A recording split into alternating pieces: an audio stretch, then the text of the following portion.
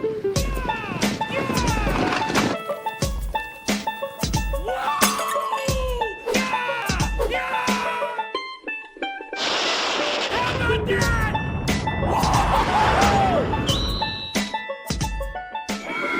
up, cappers, gamblers, punters, hustlers, lobaggers? Happy Thursday afternoon to all of you. We are back on YouTube.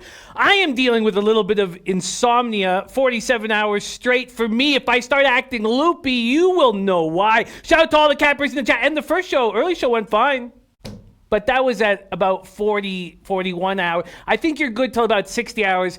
I better sleep tonight. Shout out to Vinny Cornell Reese. We got Nut Flush Jr. in the house. Says, Nut Flush Jr., you sound like your dad here. But Nut Flush Jr. says, just left my attorney's office and plan on filing a lawsuit for YouTube, taking away a week of my life I will never get back. Hopefully a big payday. There's Deer Slayer Ski in the house. Reese, Paulo, Marquez, Roman Pedal. You know what's been very cool is that now that we've back on YouTube and even when going Twitch, there's been some new cappers, some names in the chat that I don't see very often. And Roman Pedal, thank you for jumping in the chat. So happy to be back listening to you guys. Roman Pedal, I've dropped my quantity of plays down. I don't want to get ahead of myself, but I feel like a heater is coming on in NHL for me. Paulo Marquez says no more alcohol live. No, alcohol is a big part of my show, so I will continue that. Jimmy Gomez now this afternoon, boys, missed the morning chat, but get caught up. Let's get this. Leche, Larry Savage in the house. Alex Maubrey, Jay Blue, ready to get to work. Ron Lofton, not applicable. Von Polo, ready to get to work. Says, oh my God, thank God the show's back. I was having anxiety attacks. I was having withdrawals. We're back, and I miss you, Von Polo. Alex Maubrey, Chad Costanza said, what the hell, missed you for a week. It's great to have you guys back. Rico Roxas, Lillian Pumpernickel, Omega Capper, AM, Yo, Street, Right Cape. We have Maxwell Smart joining us very, very soon. There's David Hutton in the house, my guy, David Hutton. Okay, important news in NHL is Hogberg is starting for the Senators. Anders Nilsson is ill. Those of you with Predator tickets in your pocket should feel very good about yourselves. Those of you without Predator tickets in your pocket should get Nashville Predators tickets in your pocket. Schultz week to week with a lower body injury for the Penguins. That's going to hurt them. The Wild are activating Jared Spurgeon. And also, the Wild have Devin Dubnyk coming back to the crease on Thursday. And he was dealing with his wife's sickness for a long time. That does concern me about my Coyotes look. Will Dubnyk be sharp? The difference between, let's say, Marc-Andre Fleury dealing with the death of his father was he came back and practiced for a full week. How long has Dubnyk been practicing? I don't know. Those of you with Sabres tickets in your pocket should be a little concerned. Carter Hutton will be in between the pipes. Those of you like me with the Kings should be a little concerned that Dustin Brown is sick, a game-time decision. And this is a Kings team that doesn't have a lot of quality at forward. There's Robert Kahn in the house ready to get to work. Enough Flush Allen says, sorry, it was logged in on their junior's account. It didn't sound like Enough Flush Jr. Oh, man. I know Paulo Marquez. I love you. There's Ixnizzle, 420. Alex Ramirez. Okay, so that being said, let's take a quick look at the goalie changes to make sure that we know exactly what's going on with the goalies. But the Hogberg issue, if you're going to back the home dog and the Senators here, you're going to want Anders Nilsson to be in net. So not having him, it will hurt you guys. Jack Campbell will likely be in goal for the Kings. I would prefer Johnny Quick. Korpisalo's in goal for the Jackets. That's dangerous. Khudobin is in goal for the Stars. You know, you'd want Bishop. You'd want Bishop going against the Lightning, and I'm sure that Babano, who's on the Stars, would be upset when he sees, not upset, but not like seeing Khudobin in goal. Varlamov versus Rask, that's what we expected. UC Saros will be in goal for the Predators, and Rene's not playing very well, so I'm fine with Saros in goal. But Hogberg, I like seeing Hogberg in the other net. Looks like Leonard and Hellebuck, Price and Riddick. James Reimer in goal for Carolina. He has been quite good lately, but still, I don't know. Mrazek, Reimer. I'd prefer Mrazek in goal. Duber in net. So Duber and Kemper. Duber hasn't started since November 16th. I don't know exactly what to make of it, to be honest with you. And then Marc-Andre Fleury and Jakob Markstrom. So I've got 3 plays in NHL. I didn't add any throughout the show. I got 3 plays. I bet them early. I got the Kings on a big plus line as a road spot against the Jackets. I'd like Dustin Brown to be in the lineup. And then I've got the Predators -1, Coyotes -1. I'm keeping it simple. I went 2-0-1 last night, made 2.56 units in NHL. All right, so that is NHL. Now, in NBA, we still don't know about Anthony Davis. I'm on one look. It took a lot of heat. I'm on one look, that being the San Antonio Spurs at -3. Marcus Smart will not be in the lineup for tomorrow. So that's just a heads up. But no big changes here for what's going on in Thursday in the association. And I've not made a move on the 2 marquee games, the Lakers game and the Clippers game. So that's what's up. Reese says Pred's about to roll. I think so. And I've got futures on them. And now's the time. Lillian Pumpernickel says, hey, missed the earlier show, but do you like any college basketball day? I'm leaning William & Mary, Georgia State, Arkansas, Little Rock. Do you like any of those? I tell you, Max does. So let's get Max on this show right now. Rafa, my man, can you roll our man Maxwell Smart's intro?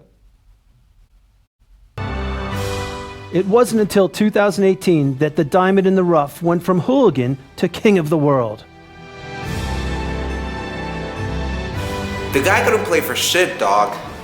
He was awful. But can he cap? Guess he can. Maxwell Smart, how are you doing on this Thursday evening, coming to us live from Toronto, Ontario, Canada? Well, we just got hit with a snowstorm, so I could be doing better, but I managed to find time to find a human being that was capable of using razors and clippers to cut my hair. So I feel new, refreshed, ready to go, have a whole shitload of action on this card, and I'm going to load it all on you, Jim. Load it all on me sounds horrifying. But I am excited about hearing your action. And I had a rough night tailing you, and I would like success this evening. And let me also preface that with, I believe in you enormously. We got Ron Lofton in the house, not applicable AM. Nufflash on says, warning to the new listeners that we picked up from the other channel. Please understand, once you enter the Lobag family, you will never leave. And there's Big Ragu in the house. Barry Block, our guy Barry Block, ready to get to work. Tease, Finney Cornell. There we go. There's our guy, Robert Santo Suso in the house, rolling with us for the late show. Again, Christopher Comentini, Tease, Paulo Marquez. All right, let's get to work right now. Max, your first look on this big NCAA Thursday card is a look that I have not heard anybody on the other side of this, and that is William and Mary, and it's exactly what Lillian Pumpernickel wanted to talk about. So I'm going to move over to NCAA basketball, spreads and totals, and let's get into this spot right now. There's Ski Profit in the house. Love it, Ski. Thank you for joining us. There's Lizo. There's Gary Krochoki in the house. Saying, oh boy, put that hat back on, Max. No, I like it. I'm liking the haircut. William and Mary goes from -1 to -2. The total goes from 155 to 152. Everybody's on it. Should we be on it as well, Max? Yeah, we should, because this is a William and Mary team that has dominant front court, good three-point shooting. They're going up against the St. Joe's defense that's one of the poorest in the nation, albeit versus some very stiff competition. This is a team that relies on Ryan Daly to get hot from the perimeter and really be the bull that runs this offense. And I think tonight you're going up against a very efficient offensive team in William and Mary. This is a team that shoots 46% from the field, 73% from the free throw line. They're going to be playing well in first halves. This is a team that definitely has value to me as a first half money line play. And I just think that with William and Mary, you're going up, you're taking a major strength and going up against a major weakness of St. Joe's. St. Joe's is going to try and drive to the bucket. Having big guys at 6'10" or 7 foot, that stops that. And protection's very important and a big part of William and Mary's game. And I think that it comes into play tonight. I think that is hopefully going to be the difference for us, because with this William & Mary team, they've definitely played some decent competition. They played well on the road. albeit like the Stanford game was a little weak, but when you played Oklahoma as tough as they did and really control that game, it opened my eyes. This is a team that can get up and down the floor if they have to. They can play at different tempos, and I think that if they get their tempo against St. Joe's tonight, this is going to be a grinded out game. I look for this game to stay under. I look for William and Mary to hopefully win this game by at least 2 buckets.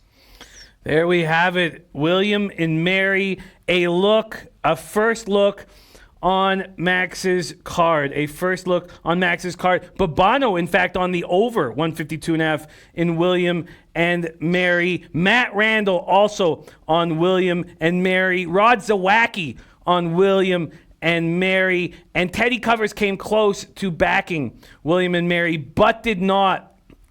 I'm going to have to make a decision whether to roll with you guys on this. Omega Capper says, smash!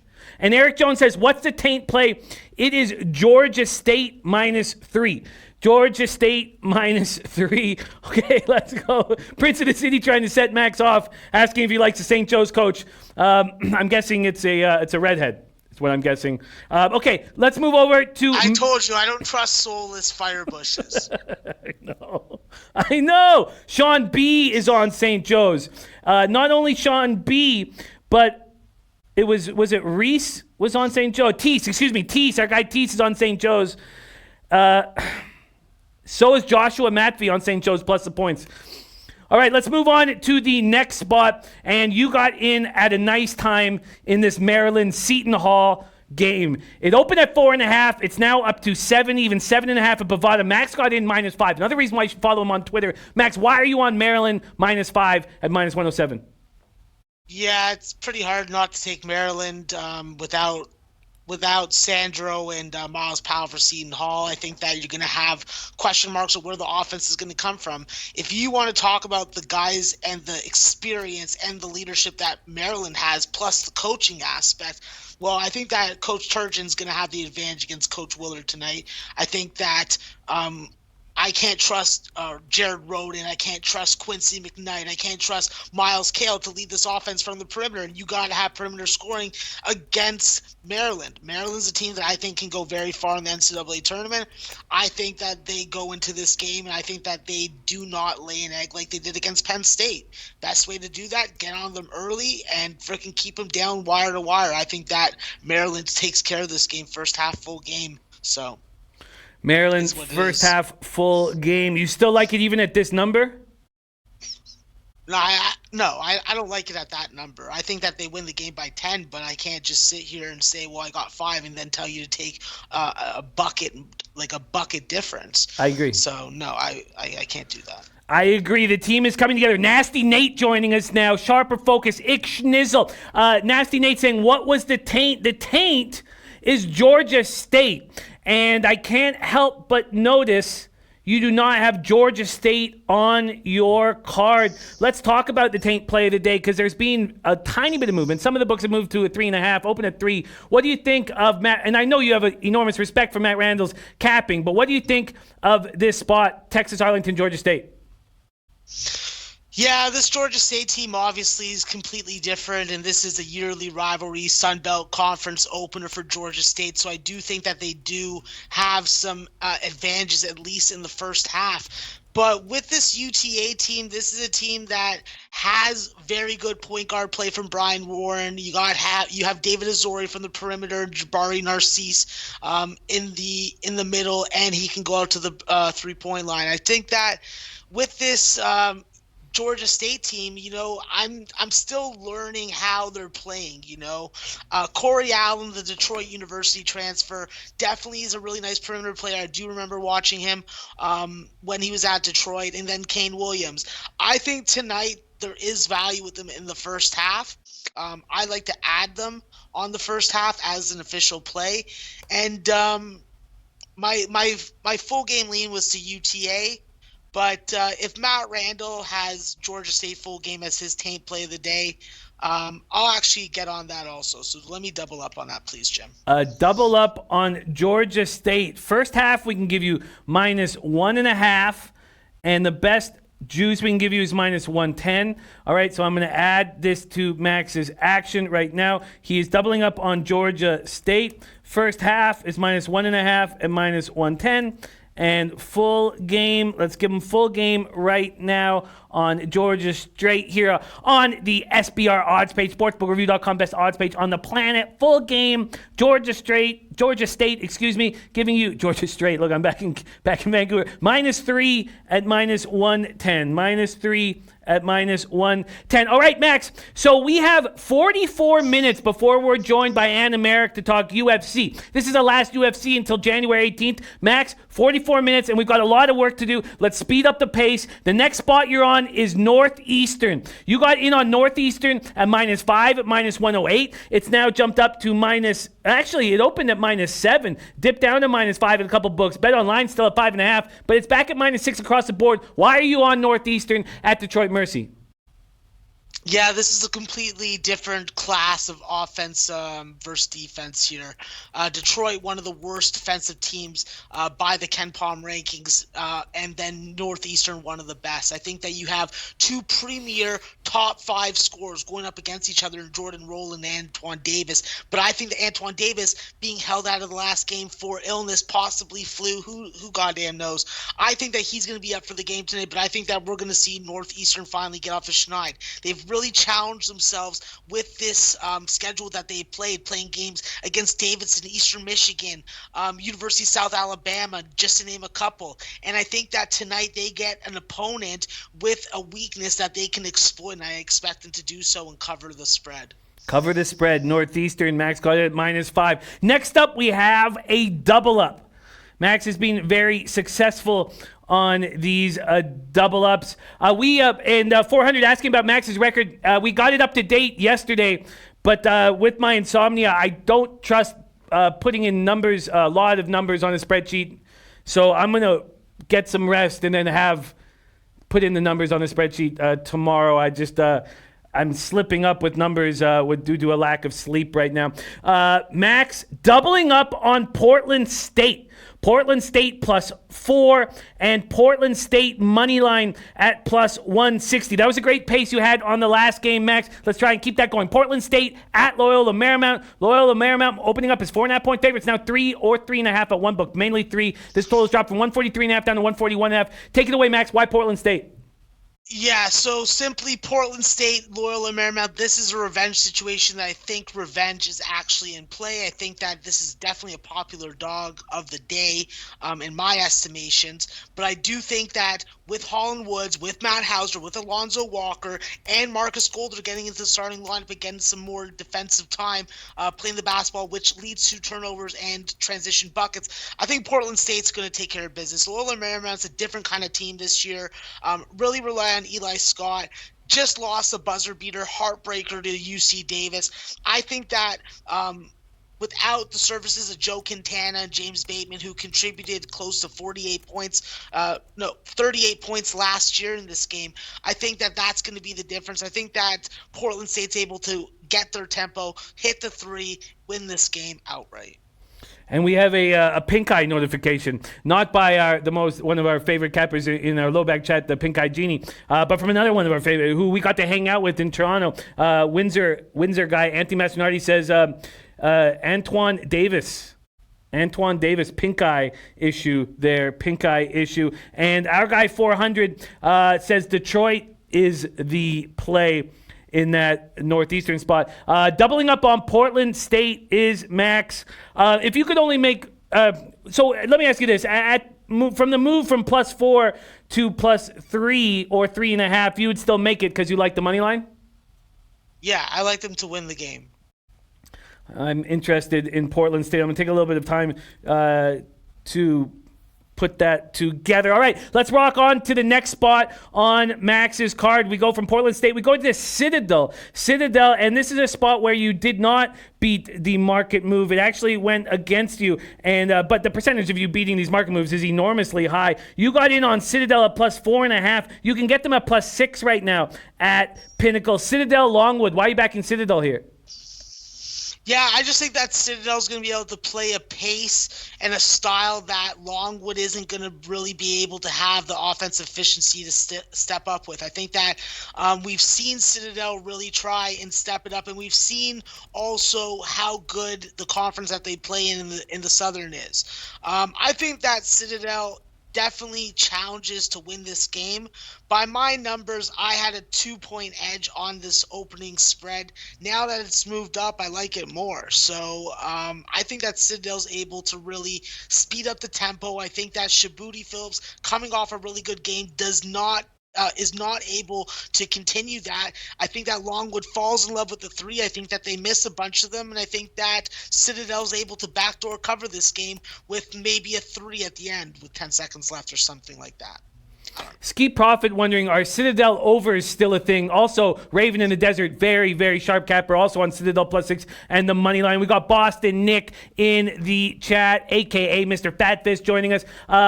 Ski Profit saying, are Citadel overs still a thing? We cashed with them last year, and I've seen you cash on them a couple times this year. Are they still a thing? Yeah, for this game it is. Absolutely. With Longwood's depth, they can run about 10 guys deep at you. Citadel's going to run up and down. They're not going to try and get into a half-court battle, and that's why I'm on the over. I've made a bunch of these totals official. I have the under in the William Mary game. I have the under in the Northeastern game. I have the over in the Citadel game so far. You do have the over here at 154.5. Excuse me, I missed that. The totals are at the bottom here. We're on sides first, and then we're gonna get into totals. You do have the over in this Citadel game. Let's take a look at what you got that at 154.5. And right now, if you wanted Citadel, you would get them. Wow, look at you, Max, getting a 154.5. Right now, it's up to 158.5. Great job. Yeah. See, with some of these games now, Jim, especially with like a move to the over, what I'm tracking right now is how often these games actually revert back to the line that it opened at. Last night, unfortunately, was a perfect example, and I was on the wrong side of it. Old Dominion went up to 132, 133, and didn't even get past 122 at the end. So there would have been a shit ton of value if you can bet on a book like Bovada or Bet365, because you would have been able to sell up to 8 points on that total, and that would have got you a plus 200 price at least. So lessons to be learned, and that's what I'm watching with this Citadel game tonight specifically. I love it. And seeing you and Raven both on Citadel, I find very appealing. Next spot on your card, Maryland Eastern Shore. This total open at 124.5 up to 126.5. You are on Maryland Eastern Shore plus 19.5, and there are now 20.5s on the board. Maryland Eastern Shore at Charlotte. Why are you on Maryland Eastern Shore here? Yeah, this is a spot where I think that it's just a bad situational spot for Charlotte. I think you're coming off a really good game against Valparaiso at home that you won by margin. You have a game coming up that is going to be a big game. It's an in-state rivalry game against ECU, so I think that's going to be definitely the focus. I think you want to get out of this game with the win. I don't think that you're too worried about what and how your offensive performance is. My numbers did lean towards Charlotte in the first half, but at minus 11, I just can't take it. As far as the full game, I think that Maryland Eastern Shore does a good enough job shooting from the field and limiting possessions. Obviously, you look at the numbers, the free throw shooting percentage is not good, and neither is the three-point shooting percentage, but they are putting up a fair number of them, and we're not asking them to win this game. We're asking them to keep it under 20. So I think that Maryland Eastern Shore is able to step it up because they have played a bunch of tough competition. They have played Baylor, they have played Oklahoma, they have played Stanford. So it's not like they haven't challenged themselves. And I think in a game like this tonight, Charlotte's probably not going to want to pound them too hard for a full 40 minutes. But at 19 or 19.5, I thought that there was going to be value there. All right, and we will talk about this Hofstra game. By the way, Sharper Focus has let us in on his action. William and Mary -1 is 4-star play. Maryland -6.5. He bought it down to 5. Texas State +2, 3-star, and Georgia State -3. And Joe Anisi in the house with the work play of the day. LA Lakers +4. We'll go over some more plays of the day at the end of the show. Making good time here, Max. Let's move on to another Maxwell Smart double up, and that is Northern Arizona. Backing Northern Arizona. So they're in UC Riverside. UC Riverside opening up at -7. Now there's 4.5s on the board. Max got in on Northern Arizona +5. That's readily available. And he also doubled up on the Northern Arizona money line. Why are you back in Northern Arizona here? Yeah, this is a game where I think that Northern Arizona is able to score the bucket. I think that UC Riverside's 55 points per game allowed is not going to be reflective of what their ability is. I think obviously with Callum McRae in the center, you have a good rim protector, but I think that with this Northern Arizona Lumberjack team, I think that you have a bunch of different guys that can do different things. I think that you have some good experience. I think that this team losing so many games last year can only build character with themselves and hopefully help them elevate their play on the court. Actually, I think that they've had a couple really good games, albeit at home, but I look for Cameron Shelton tonight to really take over the offense. He had a 20-point game against Nebraska Omaha 2 games ago, and I think that in the game against Utah Valley, I think that you really saw what the potential is for this Northern Arizona team. What they can do is they can get to the free throw line. They can really box out and defend the defensive glass. That's where Brooks DeShop's going to come in, and I think that this game should have been a pick 'em. I don't know why UC Riverside's getting this much respect on their home floor. I think that Northern Arizona keeps the turnovers down. They force pressure on ball handlers. They get this win tonight outright. I think I'm going to tail this Northern Arizona spot. Sports Keg joining us. Liveline is back in action. Liveline back in action tonight, right after this show. Love seeing that. Irie Soul in the house. Rob Elias, or Elias. Tell me how to pronounce your name. I don't want to screw it up. You're talking about the amount of quantity of Max's bets, and the transparency and honesty also. Putting in the numbers correctly is of extreme importance to me. And so I did not put Max's numbers into the spreadsheet from last night. Well, but it's very important. That's so crucial to what we do here is transparency and honesty. Rafa, my man, can we put up, so this is from yesterday. This is Max's overall record. We popped that up. From yesterday. Okay, it's going to take a second. But yes, we'll get that up for you, of course, because I told you I didn't have today's ready to go. But we'll get that for you, Rob. Okay, let's keep rolling along. I'm very interested in Northern Arizona when you're doubling up on it. I did take Portland State +3.5 at -115 on BetOnline. That was Max's other double up. Now let's talk about Prairie View A&M. You are backing Prairie View A&M this evening. Giant dog here this evening. Let's get it in Colorado. 20-point dog, Prairie View A&M. That's where you got it at. This Prairie View A&M line has not moved all day. Tell us why you're backing them here.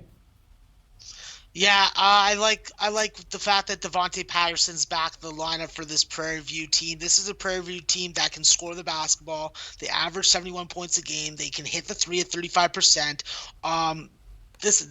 They match up well with Colorado, what they do. And the truth of the matter is Colorado just has not done a good job of covering big spreads at home, regardless of the quality of opponent. I think that this is a big game for Prairie View.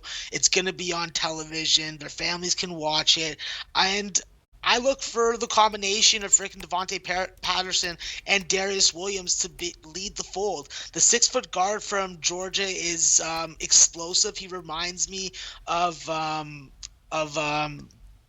the other Patterson, Jalen Patterson, who played last year for this team. And the points have been coming. He's coming off 4 double-digit games. He's really exploded since the first game of the season, which was against a non-D1 opponent. But when you're putting up 25, 26, and 15 in your last 3 games, that makes me take notice. Add on a difference maker who's long, athletic, gets to the board, gets to the glass, and is a good defender in Devontae Patterson. I think that they can stay in this game. I'm not saying they can win this game, I'm not saying that they can challenge for it, but I definitely think that they can stay in it tonight. So Prairie View at 20 points was a play that was worthy of a bet and definitely worthy of making official for the show. Prairie View plus 20 is, look, we do have the record up, and I will have everything updated. I'm expecting to get some sleep tonight. Can we put up Max's overall record? This is before yesterday's action.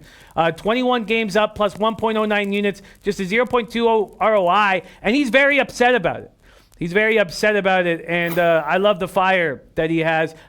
He also gives us a best bet every day, and it's been an issue for him, and just because he cares so much about giving us winners. Let's pop up the best bet when you get a chance to. And that's extremely important to us, the honesty and transparency. All right, Maxie, let's move on to your next look here, and it is Troy. We've had great success backing Troy this year. Troy at home to Coastal Carolina.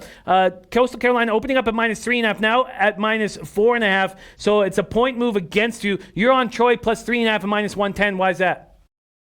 Listen, I understand all the respect that Coastal Carolina is getting. A lot of people are prognosticating that they're going to be able to finish in the top half of the conference. Listen, I think that when you have guys like Devontae Jones and Tyrell Gums-Frater from my country, our country, Jim, I think that you got a lot of good players. You got a lot of good three-point shooting. Your guys make free throws. They're accurate and they're efficient from the field. You know, like Devontae Jones is probably one of the best point guards right now that we're seeing in this conference, and he's averaging 6 assists a game. You know, the turnovers are a problem with them. He's averaging 3 of them, and I just think that in the end, this is a Troy team that is going to get their pace. They are going to get their pace. They're going to rebound the basketball. They are going to frustrate this Coastal Carolina team that is going to want to shoot threes, and they're going to play good three-point defense, even though Coastal Carolina shoots over 40% from the three-point line. Troy stops teams from shooting, stops them from shooting over 34%. So something's got to give tonight. This is a conference opener. This is a competitive conference with a lot of parity. And we're also forgetting the fact that Desmond Williams has entered the fold for this Troy team, giving them a third scorer. And I think that he is going to pay dividends tonight. I think he's the difference in this game. I think Troy wins this game outright. So I still implore you to take the 4.5, and I respect everybody on the other side, but in my estimations, by my numbers, and by what I've seen from both these teams, Coastal Carolina had a good game at Winthrop on the road, and people are putting a little too much into that. This is basketball with teams that are familiar with each other, coaches that know against each other, and I'm taking Troy. Backing Troy with the market move a point against. Very interested. Poker Addicted says, important note that Troy hosts one of the last, if not the last, working pornographic theaters in America. And then says, continue, Max. Also, Joe Anisi saying, thank you for your hard work, Max. God, I love this chat. I love this chat so much. Okay, let's move on. And Dewey Finn saying, I'm fading Coastal Carolina with you, Max. Okay, so I've tailed 2 of Max's looks so far. I'm on Portland State plus 3.5, -115 at BetOnline, and Northern Arizona plus 5. That's available at -105 at Heritage. Max's next look is Portland -6.5. Al Hart says, Jimmy, what would you say is your best bet in NHL is? I would say my best bet is the Nashville Predators on the -1 line, and that -1 line in the morning worked out to plus 111. Building your own -1 line. If anybody needs help, we have a -1 calculator that I can put in the chat anytime you guys need one. If your book does not offer -1 lines. Portland -6.5 is Max's next look. Portland -6.5. Portland at home to Jackson State, and there's been a big move towards Jackson State. You got Portland at -6.5. You could now get Portland down at -4 at Pinnacle and 5 dimes. What do you think of this market move, and why are you backing Portland here? Yeah, I can't back Jackson State with what they do offensively. You know, this is a bottom tier team offensively. They don't shoot the 3 ball well. They're not consistent enough from the free throw line, but Portland isn't either. I think that Portland's definitely coming off a scare against Florida A&M. I think that they come a little more prepared, a little more ready to go tonight. That's how I looked at it. I think that Isaiah White is really taking over this team. I think that if he has a big game like he did and stays on the floor, stays out of foul trouble, this is a guy that's going to come and give side help defense and side help blocks. He's going to be able to poke steals when you're trapping in the half court and corners. And I think that with this Portland team, they took a scare, like I said, and I think that they're coming out a little more serious tonight. Jackson State, listen, I'm not a big fan of Tristan Jarrett. I'm not a fan of Javius McKinney, and I don't like Benji Wells either. Listen, Tristan Jarrett's coming off of a 38-point game. I don't think that carries on tonight. I think that Portland takes this a little more seriously. I think that they start in the first half. I think they win in the first half. I think they win full game. I don't know why this line is going the way it is. This is a team that shoots 39% from the three-point line, so they're going to make threes. They're going to defend it a little suspectly, but you know what? They're taking care of business tonight, so I got the 6.5. I thought about buying off it. I decided to let it ride.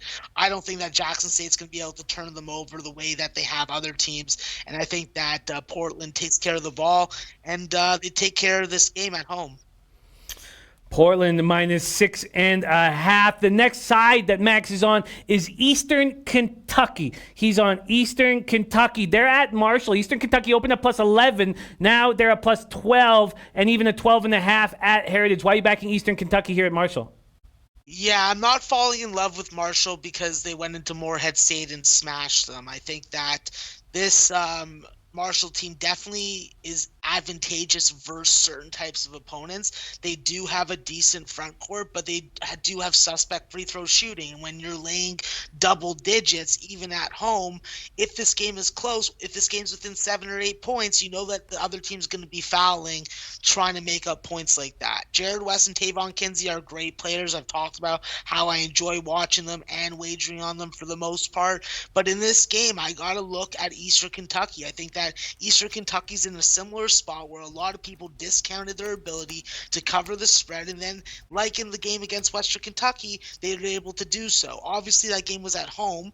There's a big difference there, but I do think that with Eastern Kentucky, you have Jamero Brown. He's averaging 16 points a game. He's coming off 2 shitty games, and I think that he comes back with a nice performance. This is a guy that already has 41 points, and he did that in the Western Kentucky game.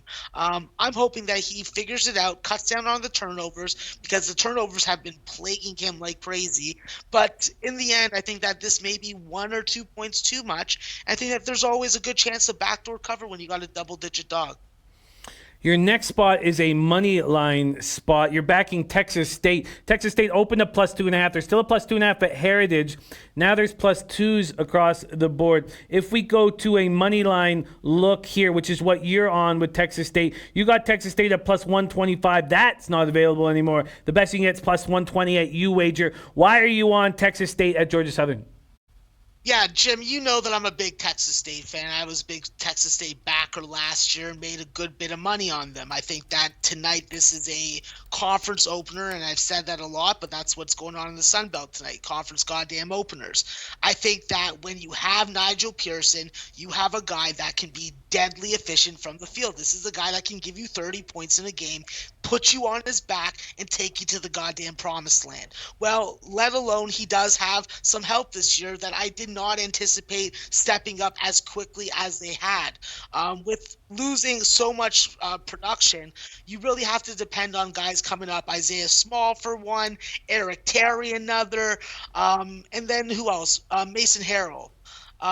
That's the third one. And I think that with the 3 of these guys, in addition to hopefully an efficient Nigel Pearson, I think that they come out, they win this game outright. I think that they also win the first half. I think that they are able to go wire to wire.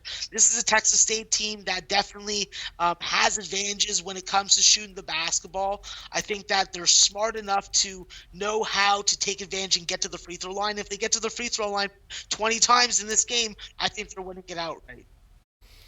All right, Texas State +2.5. Okay, you're not seeing a link. Let me try it one more time. Tell me, are you seeing this link right there?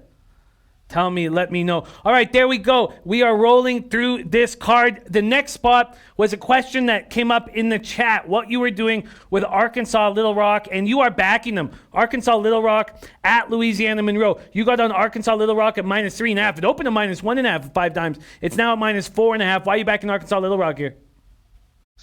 Yeah, this is a simple spot where I just don't want to back Monroe. That's where the play is. I did get the ascent of the number, but the fact was, I think that this Little Rock team has just a lot of potential this year, and definitely against a familiar opponent. This is a team that does a good job of protecting the rim. This is a good team. This is a team that does a good job of getting on the glass and getting in transition. When you have a scoring point guard like Marquise Noel, I think that pays dividends. You have some decent three-point shooters on this team. You hit your free throws at crunch time. You get on the glass. You defend the rim. I don't know. The only issue that I have with this team is turnovers, but there's a couple guys that are handling the ball in crunch time that you're going to have to worry about. And my X factor for this game is Kamani Johnson. This is a guy that can give you a little bit of everything. He gets a couple assists, he gets some rebounds, he gives you some points. At 6'7", he provides a lot of versatility. He can handle the ball also. If he's on point tonight and he's bringing his best game, I think that they win this game and cover it. The fact is, J.D. Williams and Michael Erdo are a nice two-spot, but I don't know what else you get outside of that. And unless they dominate with defense, then I think Little Rock is able to win this game by margin. Little Rock winning by margin. Max got in at 3.5, now 4 or 4.5. Hofstra game's coming up, but before the Hofstra game, we have Northern Illinois. By the way, I am adding Texas State plus 2.5 at minus 105 at Heritage to my card. Texas State plus 2.5, minus 105 at Heritage. The next spot on Max's card is Northern Illinois as a big favorite at Chicago State. So we faded Chicago State yesterday. We were rewarded. Oh, sorry, that was 2 days ago, I believe. Chicago State is awful. Your play of the day was Oral Roberts first half -9 against Chicago State. They were up 25 in the first half. You're doing it again here with Northern Illinois. Northern Illinois opening up at -17, now -18.5. Why are you backing Northern Illinois here? Yeah, Jim. I think that Northern Illinois wins this game with defense and scores enough points to win this game by a convincing margin. I think that when you rank in the top 50 of three-point percentage, field goal percentage, and points allowed per game, I think that screams to me. Obviously, this is a team that makes their free throws. This is a team that has an explosive score. I think that obviously, I keep on saying this when I talk about Northern Illinois, I need Trenton Hankerson and Darius Bean to step the fuck up and give some goddamn production. That's what it's going to depend on tonight. Lacey James is a solid front court player that's going to give you 7 to 9 rebounds. He's going to be able to defend. He's going to be able to stay on the floor. Obviously, this Northern Illinois team is not very used to being in this type of point spread range, but it's more just a play against Chicago State. This is a team that lost 50-something Division I games outright, and they've lost 2 since they got that win and broke that streak. Well, I think that they lose again tonight. I think Northern Illinois takes this game seriously, coming off the game against Pitt where they had the game, gave it up late. I think they come back strong and angry and throttled Chicago State in their home floor. Why are we not taking them first half as well, if that's the case? Hold on. I was just pulling up my first half number to make a point about that. The point was that I don't trust Northern Illinois to put up 40 points in the first half. That's what Chicago's defense is going to probably allow. It's just I don't see them doing that type of offensive production. I don't see them producing that type of offensive production in the first half. I think that this is going to be a lower scoring game that we're going to need the second half and for them to go on a late run for them to get over the number. I don't think it's going to be like the Oral Roberts. Oral Roberts was very efficient offensively. They were looking to have an explosive three-point shooting game, and then they're very good at two-point shooting. So when you score easy buckets, you're going to be able to pile them up. I'm not sure Northern Illinois does the same tonight. A game a lot of people want to talk about here in the chat is Hofstra. You are on Hofstra plus 2.5. Had you waited, you could have got them plus 3.5. Why are you on Hofstra at Princeton? Princeton just put money in our pocket. It was a very tight game. They were way down in the first half, came back in the second half at Madison Square Garden, won in overtime, and you're fading Princeton here. You're on Hofstra. Why are you on Hofstra at Princeton? It's not that I'm fading. It's not that I'm fading Princeton. I think that Princeton's a very solid team. I think that with Ryan Schwager and Richard Iragosa healthy and on the floor together or separately, you have consistent guys that can get you buckets anytime you need a bucket.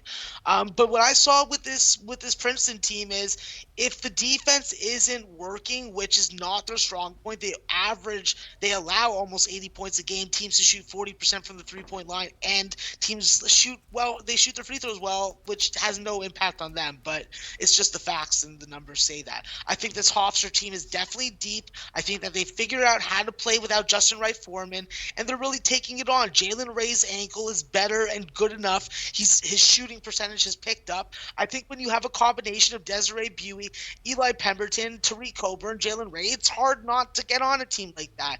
This is going to be a game where Princeton's definitely going to want to slow down the tempo, and Llewellyn's going to have his hands full, This is a Princeton team that when I watch them pass the ball around, they like bounce passes. They don't put zip on their chest passes. That's the kind of forced turnovers that Hofstra's going to be able to eat off all game. And until Princeton makes an adjustment on that aspect, they are going to end up getting down. Hofstra forces 15 turnovers a game. I think that they're going to be able to force turnovers tonight against this Princeton team, and I don't think that they're going to let them get back into it if they put them down early. I think Hofstra first half is a play that I'll be making, and I think Hofstra full game at 2.5, 3.5, I think they win outright. So I'm confident even though the line moves against me.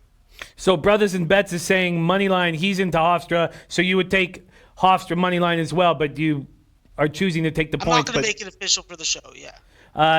So first half, Hofstra, you are looking at, let's get that for you up against Princeton. We're going to, so you want the 1.5, I'm guessing, first half? What's the money line? Because I have the 1.5 that I bet, but if for the show purposes, if the money line's better, I may take it. Let's get you that right now. Hofstra money line is pretty nice. Plus 130 at Heritage. Yeah, that's the better number. You also are on this Hofstra under. Let me jump up on Hofstra first half. All right, Hofstra first half plus 130. You're also on the under in this game. Let's get to it right now. Sorry, computer acting a little slow. You got the under at 149 at minus 110. Let's see what you'd get it at right now if you wanted to jump in. Hofstra, Princeton under. Let's see. And Brothers and Bets full game taking the money line plus 155. This Hofstra spot against Princeton, this total opened up at 149 down to 147.5, and you got in at a nice spot at 149. Why are you on the under here? And we got to be tight. Yeah, simply Princeton's going to have to slow the pace down and not allow Hofstra to get out in the fast break. They saw what happened when they allowed them to get at the tempo they want in the UCLA game. I think they learned from that. I think that they try and really get into the half court, use the clock, get good shot attempts, and lots of passing. And I think that Hofstra bends in and freaking bends the will and plays its kind of tempo with Princeton. I love it. I love it. So we have a triple up here with Hofstra. There's my guy Stack Guap in the house saying, is everything okay? Well, we're back on YouTube, but I am dealing with a little insomnia. If you catch me tomorrow and I'm just babbling nonsense and, I'll have hit 72 hours. I expect to sleep tonight. All right, the next spot you're on is a spot that our Teddy Covers is on as well. UTEP 12.5. Interesting market moves in this UTEP game. First off, from a total perspective, it went from 125 to 129.5. From a side perspective, it opened at 10, went all the way up to 12.5. So opened at 10, went all the way up to 12.5. That's when you pounced, and that's when Teddy pounced. There are no 12.5s on the board now, 12s and 11.5s. Why are you backing UTEP on the road here at Houston? Yeah, I think that this is a perfect step-up game for UTEP. I think that this is going to be a real testament of what they've accomplished already this season. They've played a lot of rivals. They've already had games against New Mexico State and New Mexico, and I think that they're ready for a game tonight. I think they're ready for a top-tier opponent. They won that little tournament at home with 2 wins against NCAAB and UC Irvine, and from a personnel perspective, I'm just very impressed with this Texas El Paso team. Rodney Terry has done a fantastic job of building chemistry between these guys, between the guys that played last year, between the guys that were the practice roster last year. And we know that he said that the practice roster guys were better than the roster they had now, and we're seeing that. Verhoeven, Bryson Williams, Sully Baum, Darrell Edwards. So this is a team tonight that is going to rise to the occasion, and they're going to take care of a Houston team that could lose this game outright. Simple as that. I think that I don't trust the scoring. I don't trust the consistency from Quentin Grimes and DeJon Jarreau against long athletic opponents. And I think there's going to be some athleticism and some length on UTEP tonight. I think that they cover the 12.5, and I'll be looking to get on the money line in the second half if they are close and if I see them capable of winning this game. Wow, you're on 12.5. Teddy on 12.5. Sharper Focus says UTEP plus 12.5 and sprinkle a little on the money line. Why do you think it opened at 10 and moved in Houston's direction? Public perception. Interesting. God, interesting. And money, of course. That might be a move I need to make. Another look that Teddy is on, that you are on as well, is this NC State game. A very, very interesting spot here. Let me pull it up. It opened, it was available at +8, and it's been 7.5s across the board all day. Is there still 7.5s here? I'm having difficulty pulling up the game for some reason. Why don't you start breaking it down? Big game against Auburn. There it is. That opened at 8.5 actually, and it's down to 7 now at Heritage. Total at 151.5 up to 153. Why are you on NC State here at +7.5? You got in at plus. Sorry, I'm losing my mind here. At plus 7.5. And should we jump on as well? Yeah, I think that NC State is another play that I think that the ACC has to come. ACC has to come to play tonight. ACC is being smacked around, embarrassed. The Wolfpack have no goddamn excuse. You got good front court play in Thunderbrook, Pat Andre, Manny Bates. They're gonna have their hands full against the front court of Auburn with Purifoy, Wiley, and company, Anthony McLemore. I think the difference is going to be 3-point shooting for NC State. I think NC State takes care of business. This is a revenge situation for Auburn. They want to come in. They want to win this game after losing at NC State last year, where NC State was able to lock them down defensively in the first half, and then the offense just freaking ballooned. I think that NC State here, with the addition of Pat Andre, you have another element coming off the bench, or you can start him, that is hard to match up with, whether it's on the perimeter or he's trying to freaking back you up. I think that NC State here comes out and gets a game in for the conference. I think that NC State is going to be up to the challenge. I think that with Markel Johnson playing more of a distributor role, they are able to challenge for this win tonight. Our guy Jesse Neiman says, can you ask Max about NC State first half? He was leaning towards NC State first half. What do you think of NC State early in this game? I didn't have an edge on the first half. I thought that it was it was a coin flip. Beautiful. Next look on Max's card. We're doing fine for time. Long Beach State. Long Beach State, where our guys Noli, Nose, DJ, Big Boss, Whale Capper make their homes in Long Beach. Long Beach at +1.5. You jumped on the money line at +105. Why are you backing Long Beach State at home to Southern Utah? Yeah, I'm looking at Long Beach as a team that definitely has to step it goddamn up and step it goddamn up at home. This is a team that has to take advantage of Southern Utah because they don't shoot the three well. They don't shoot the three much at all. This is a team that ranks close to the bottom of the freaking barrel when it comes to three-point shooting in the nation.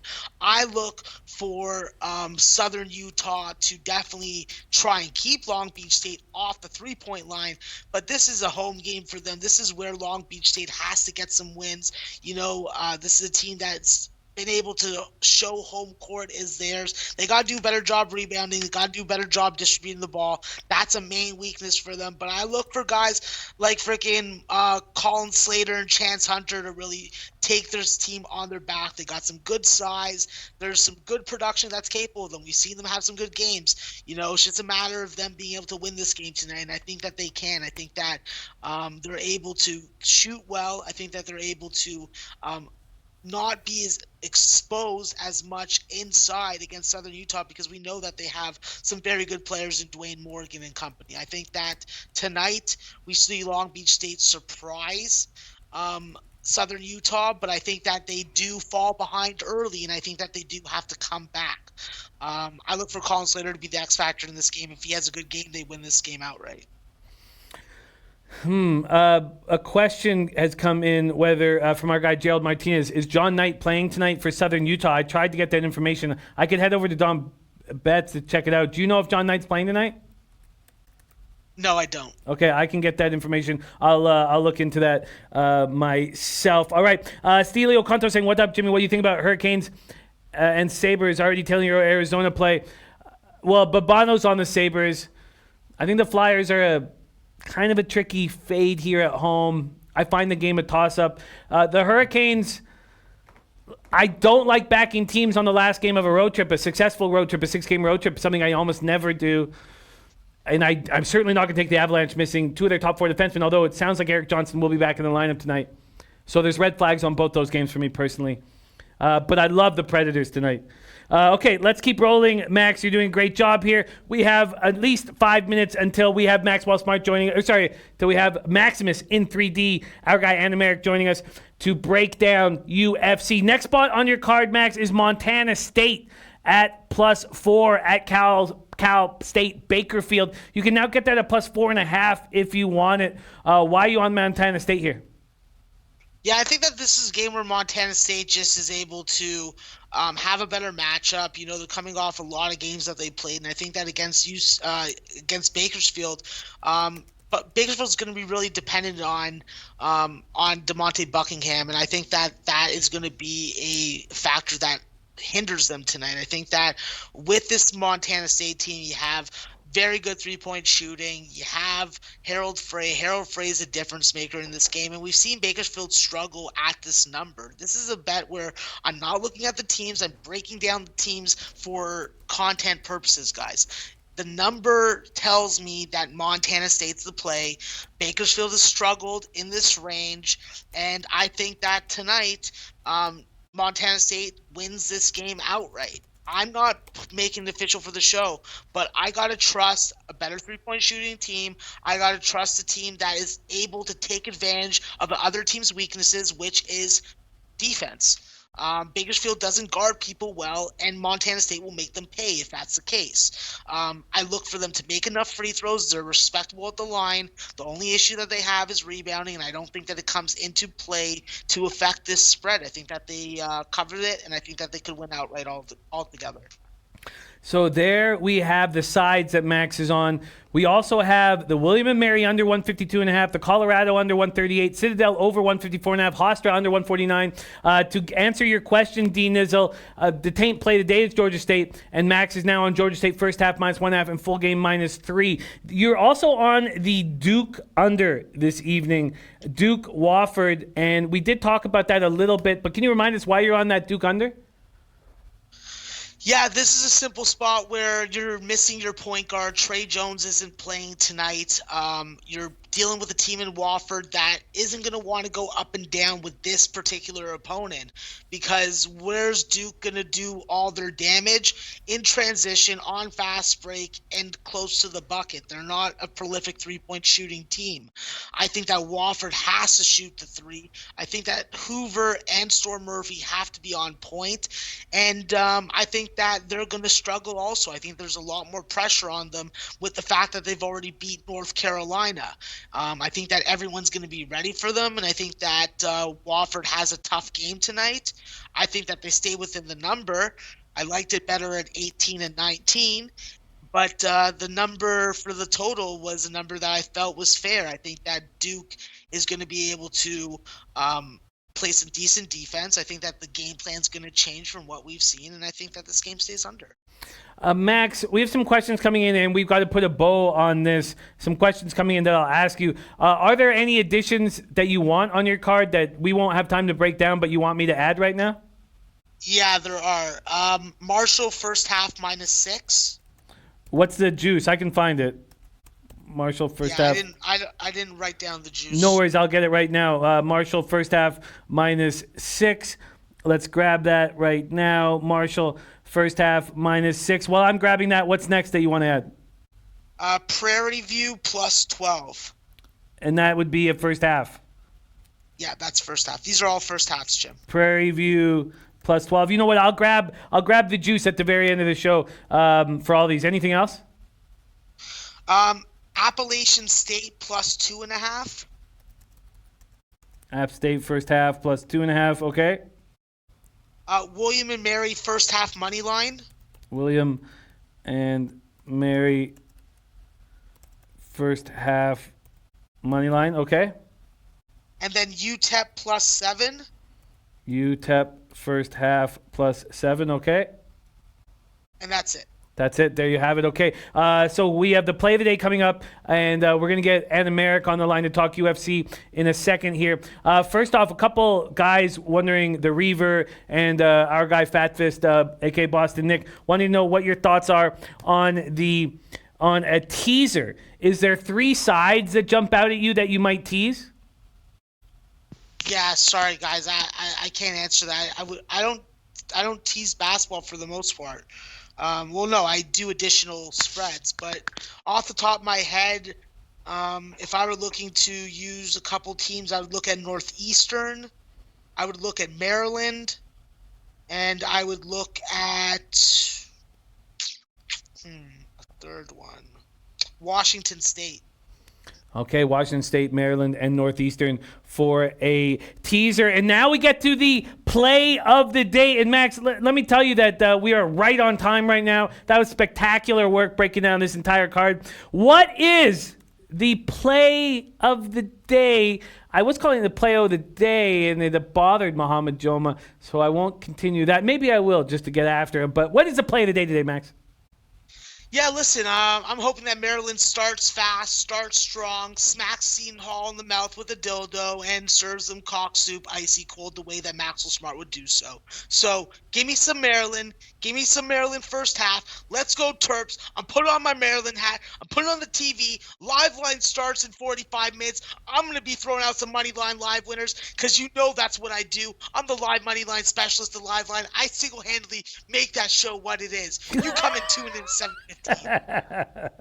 I love it.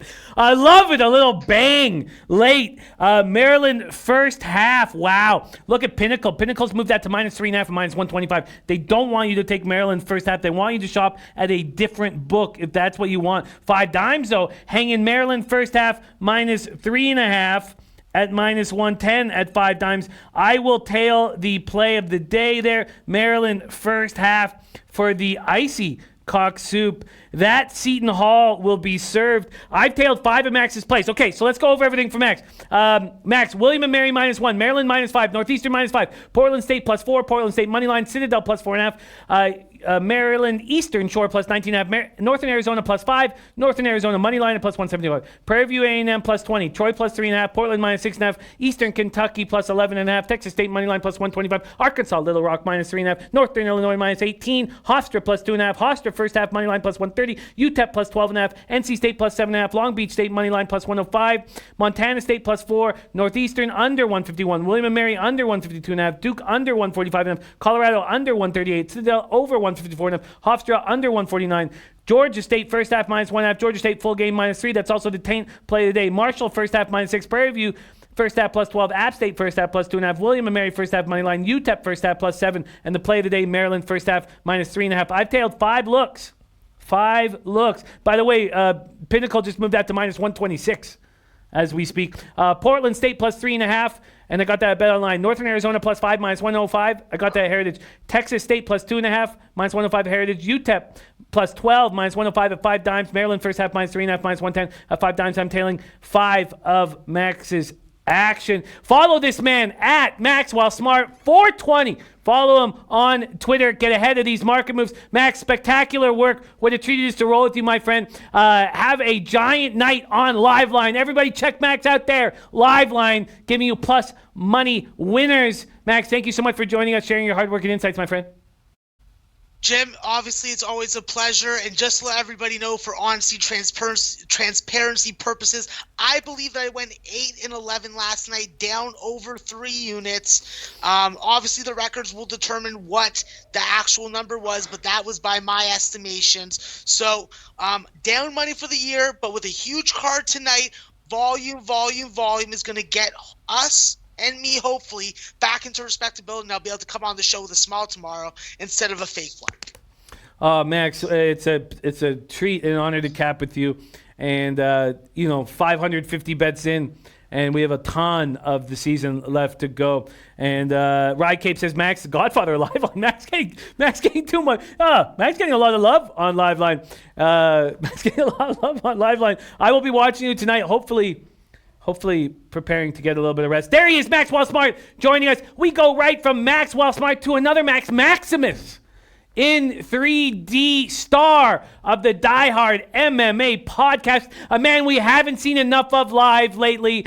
I'm very excited to have him back on the show. Clint, a.k.a. Anna Merrick, how you doing this evening, my friend? Jimmy, buddy, I am happy to be back. You are right. It has been way too long.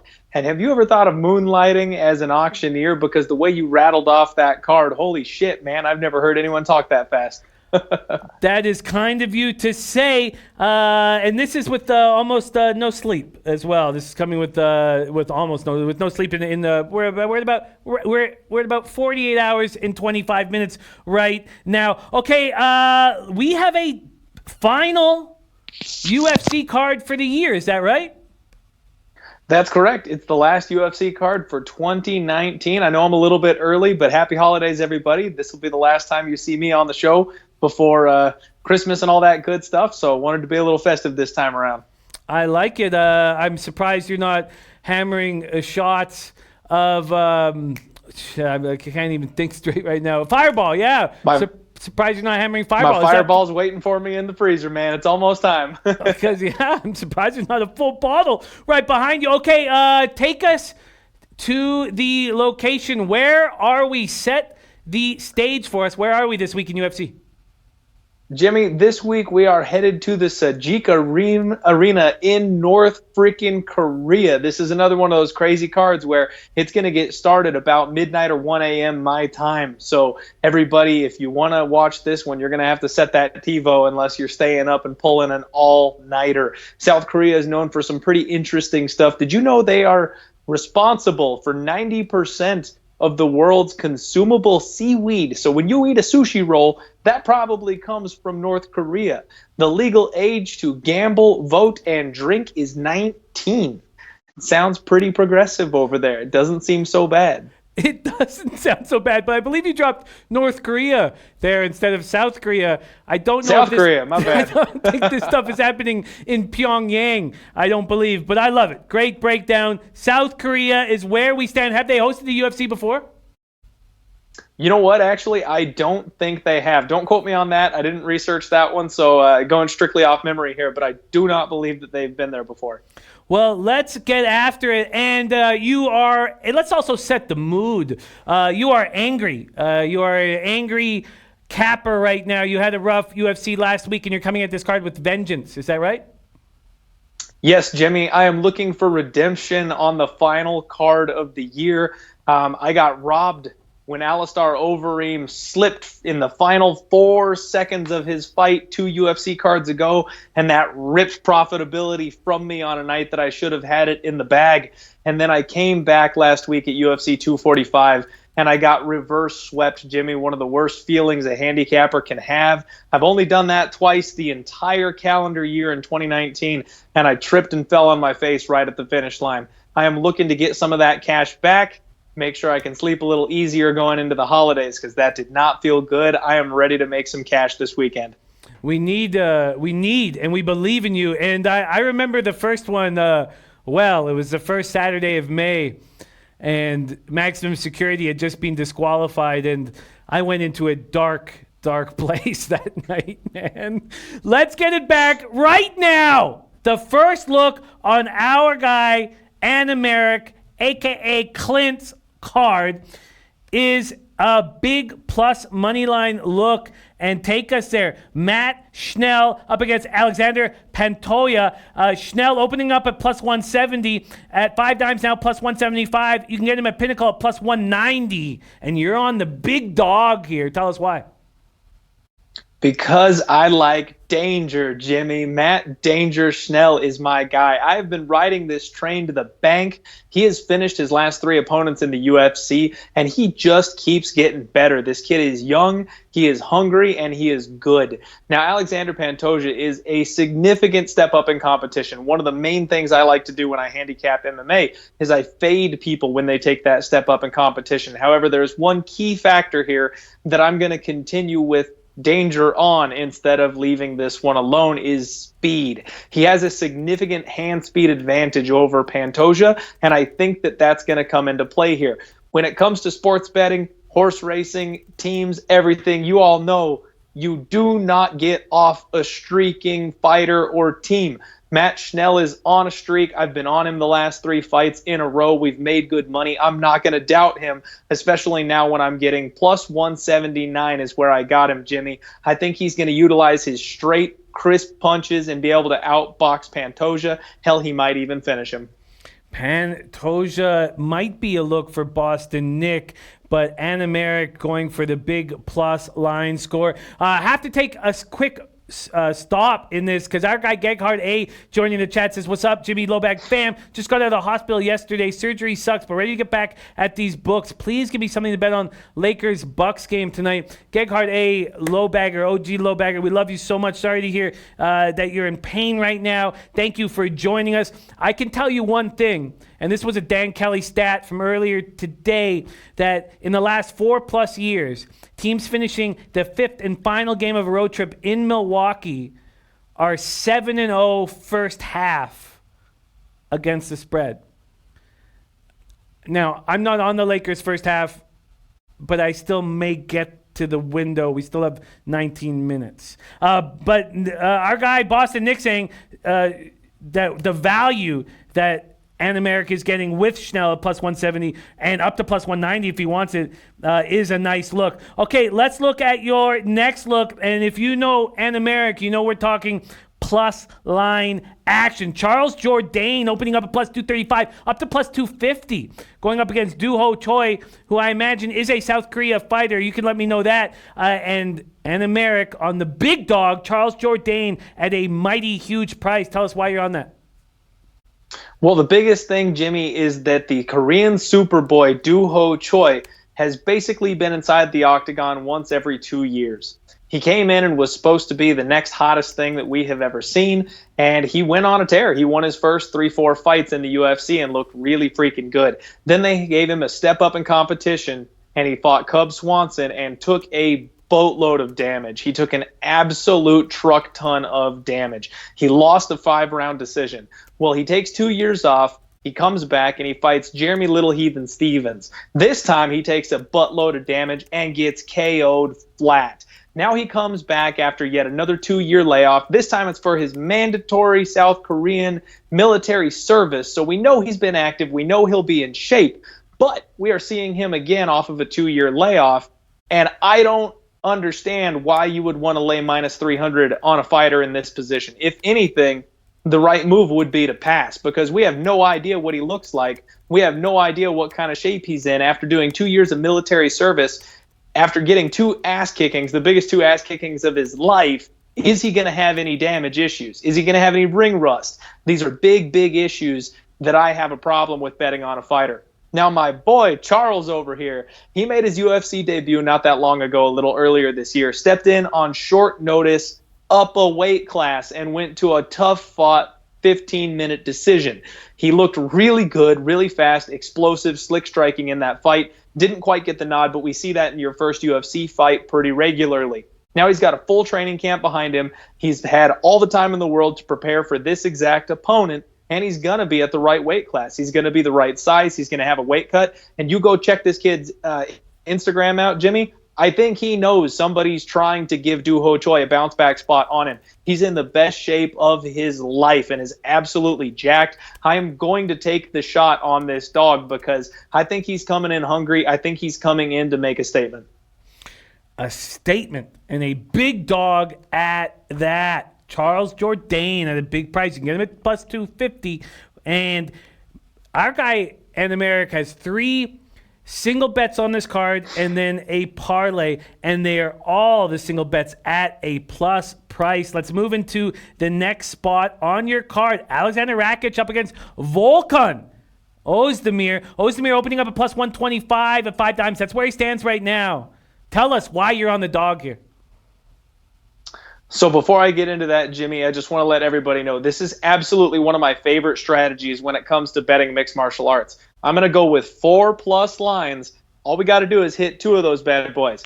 Now, if we get lucky and we hit 3 of them, we're going to have a damn good night. And if we go 1 and 3, it's not even going to be that bad of a loser because that's how we roll. If we hit that big, juicy plus 245 on Charles Jourdain, we're free rolling the night, baby.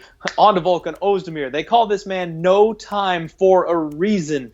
He got that nickname because he finished several opponents in under a minute in the UFC. They threw him to the Wolves and gave him a title shot against Daniel D.C. Cormier, and he got exposed in that fight. He wasn't ready for it just yet. Volkan seems like one of those guys that is super old. He's been around forever. But you know what? He's only 30. He's actually just coming into his fighting prime, and he is making a significant effort to well-round his game. This is a guy who's got really heavy hands, really good hand speed, and is KOing everybody on his way to the title. But now he's just recently been given his purple belt in Brazilian Jiu-Jitsu, and he's working on his wrestling because he understands he needs to be a more well-rounded mixed martial artist to survive at the top level at 205.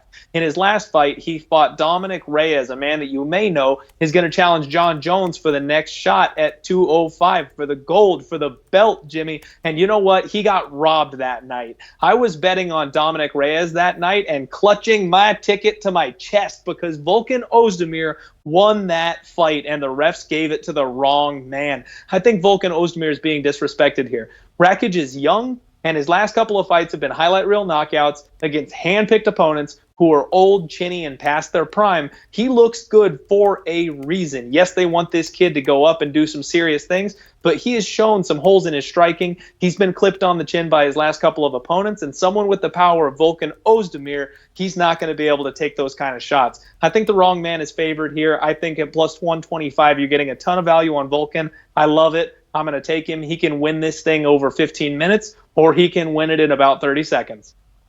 Stelio, our guy Stelio Contos also has Volkan on this one, but Boston Nick, your teammate in your successful victory against Team Liveline, your teammate disagreeing with you in a big way. Says Rakic all day. Says sorry, Rakic is knocking Volkan out. Wow, that makes it a very exciting spot. OG Johnson coming in says Rakic has a speed, power, athleticism advantage. Plus, he has a better chin. Also, if Rakic wins, I think he's the next one that gets a title shot versus Jones. He's the real deal. Wow, I love it. 3 Jimmy, plus lines. I'm telling you, my friend, that is the point. That's the narrative the UFC is trying to sell to everybody. Volkan is way overhyped in this spot. It's his first big step into the deep end at 205. It's his first real caliber, challenger-level opponent. And usually we see people fail the first time they meet that person. You know, I love your breakdowns. I love your card. It reminds me of Babano's NHL card today with just plus lines all over it. And Matt Schnell plus 179, Charles Jourdain plus 245, Volkan plus 125, and then you put a parlay together at plus 140. Break down your plus 140 parlay for us.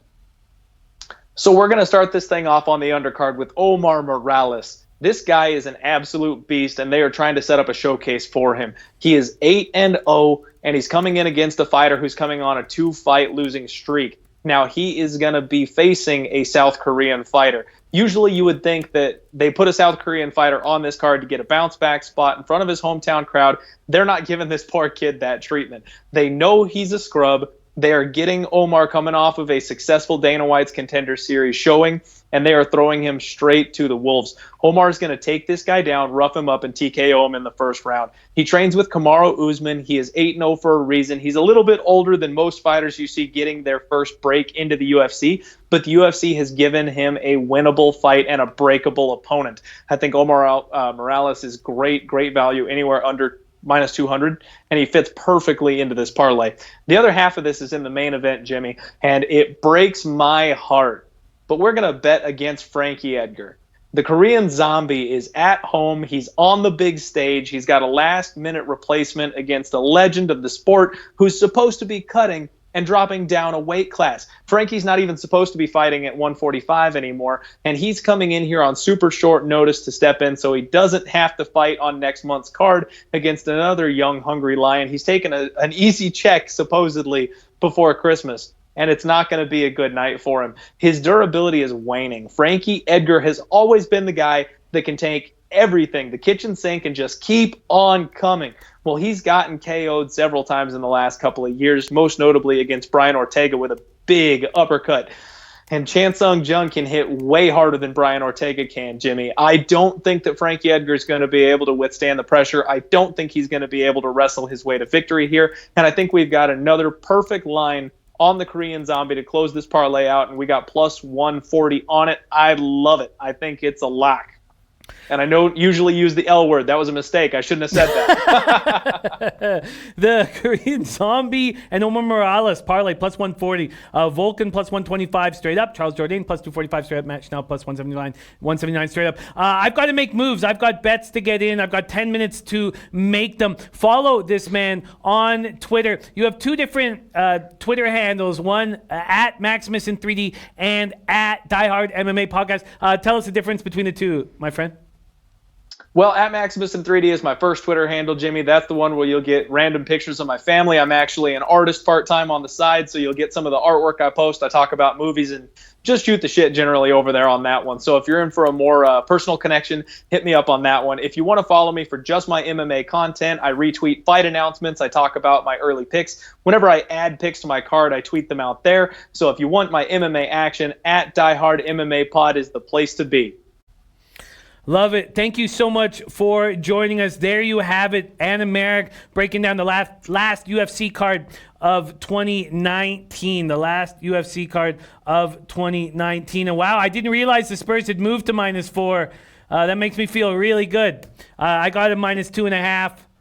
That makes me feel really good. I got it -2.5, -114 here at BetOnline for show purposes. I did bet at -3 and -110, but like to see it going to -4. That's my only spot on the card, and I took a lot of flack for it. I've got to go make bets, so sadly, there will be no Freddie Fortune appearance. But a big thank you to our guests on tonight's show, Maxwell Smart and Merrick. And we have no show without these great cappers in the chat. Amid, Amadi, Not Applicable, Nasty Nate, Corey Richardson, Chris Brady, Alex Ramirez, Jimmy Stain, 400, Avi Gold, Leah Yang says, who's going to win tonight, Clippers or Houston?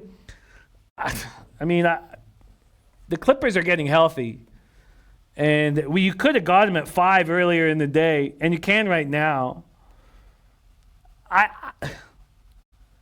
I need one win to get to double-digit units. I have 11% ROI right now in NBA. I need one win to get to double-digit units on the season, and that's why I'm only on the Spurs this evening. Only on the Spurs. Prince of the City, Boston Nick. Like seeing Boston Nick, Jimmy Stain talking, a couple Boston boys now. It's Paulo Marquez, all you guys, Stelio Contos, Nilo Bogas, OG Johnson, Nasty Nate. We have no show without you guys. Thank you so much. Oh, my guy Jonas says, love the Preds. Also, Jimmy, let's get this cash. Love seeing the kid in net for the Senators. I think they're in big trouble. The Predators' easiest spot on the board for me. I've got to go. I've got to make bets. Much love to you guys. Stick around. Stick around. Live line back in action, but most importantly, Leche,